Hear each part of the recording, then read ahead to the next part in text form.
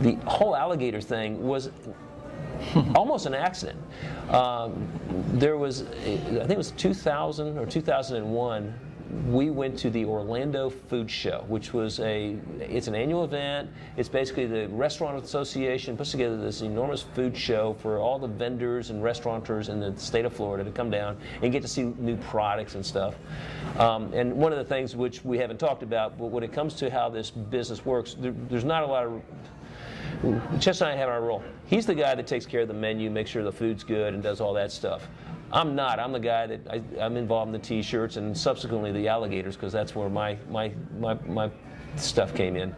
And we were at the food show, and he was going to all the normal food vendors, and I was walking around trying to find something different for our retail store. And at the same time, when we built this building, we had this pond out front that really had no purpose other than as a stormwater retention pond. It was a neat pond. It was, you had to walk over to get into the building, but it wasn't necessarily anything beyond that.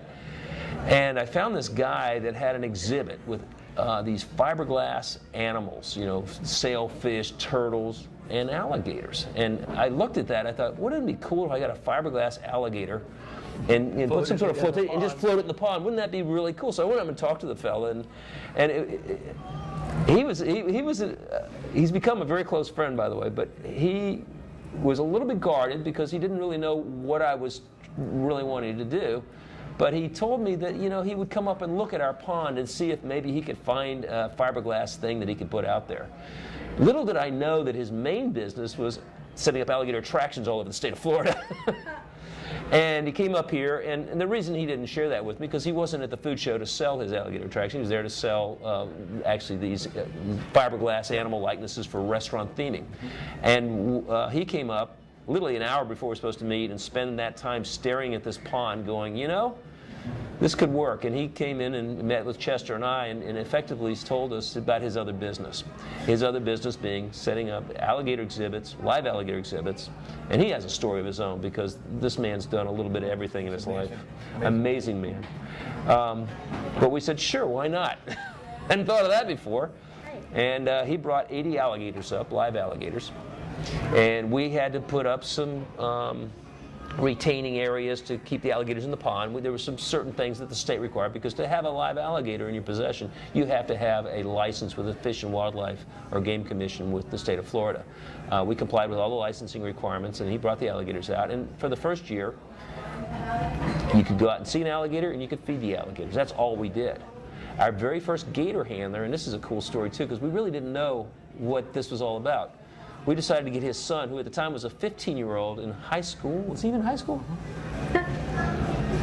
And we said, how'd you like to be a gator handler? And he's like, sure. I mean, you know, 15-year-olds. Fearless. He was totally fearless. So he became our gator handler, our very first gator handler. And he scripted the speeches and the various shows that he would do. And the kid, well, he was a natural, and he still is, but he kind of takes after his dad in a lot of ways. He really was. He really was. Than I am. Except for that. His name is Brand Kroger, and Brand basically opened Gator Beach for us. And after the first year, we realized this is going to be big. And we slowly, over the years, have expanded it. Every year, we've added little elements to it. Expanding the deck one year. Initially, you couldn't even walk all the way around the pond. We eventually got all the way around the pond. We had other entrances. We've added exhibits. We brought in this brand new alligator museum, and it's a reptile museum. You basically see likenesses of all kinds of reptiles, and there's a story behind every one of these dioramas that's in our museum. We subsequently brought in a really, really unique exhibit, and you guys saw that. It's Pearl, our albino alligator. It's one of the alligators that Gerald had, and Pearl's now found a permanent home with the Fudpuckers. We brought in baby alligators, and without going too far, we've got some plans in the future that are going to be really spectacular. But the whole gator element wasn't part of what Fudpuckers was when we started. But it became that way. And people now, when you mention Fudpuckers and they've been to Fudpuckers, they go, yeah, you got alligators.